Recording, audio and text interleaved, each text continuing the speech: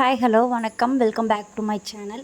நம்ம 2 நாளைக்கு முன்னாடி சொல்லியிருந்த மாதிரி இன்றைக்கி திங்கக்கிழமைங்க கவாத்து வெட்டுறதுக்கு சத்தியமங்கலத்துலேருந்து ஆளுங்க வந்துட்டாங்க. 2 பேர் வந்தாங்கங்க.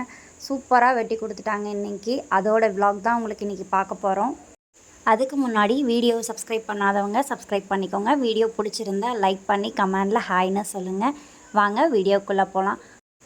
கவாத்து வெட்டுறதுங்கிறது இப்போ குறிப்பிட்ட கால இடைவெளியிலேயே நம்ம வெட்டிகிட்டு இருக்கோம். ரீசெண்டாகவே தெரியுது உங்களுக்கு.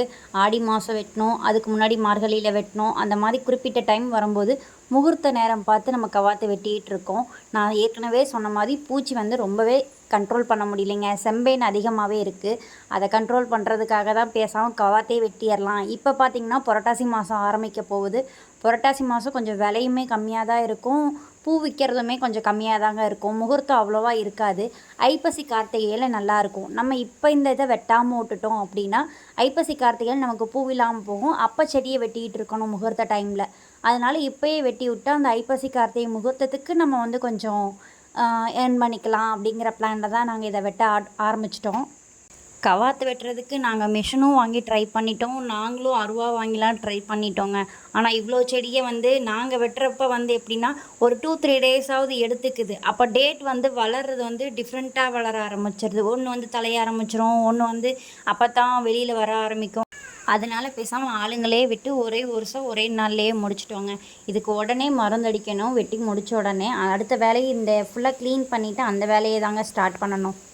இன்றைக்கி ஒரு டாபிக் பற்றி பேசலாங்க. இது என்ன அப்படின்னா, ஒரு ஹஸ்பண்ட் அண்ட் ஒய்ஃப்குள்ளே ஃபினான்ஷியலாக அவங்களுக்குள்ளே எந்த ஒரு ஒளிவு முறையும் இல்லாமல் நான் இது எதுக்கு செலவு பண்ணேன், இது எதுக்கு நான் சேமித்து வச்சுருக்கேங்கிற ஃபுல் டீட்டெயில்ஸை 2 பேரும் ஷேர் பண்ணிக்கணுமா, இல்லை இது ரெண்டுமே அவங்கவுங்களோட பர்சனல், அவங்கவுங்க யார் யாருக்கு கொடுக்கணுமோ கொடுத்துக்கலாம், எதுக்கு செலவு பண்ணணுமோ பண்ணிக்கலாம் அப்படின்னு விட்டுறணுமா?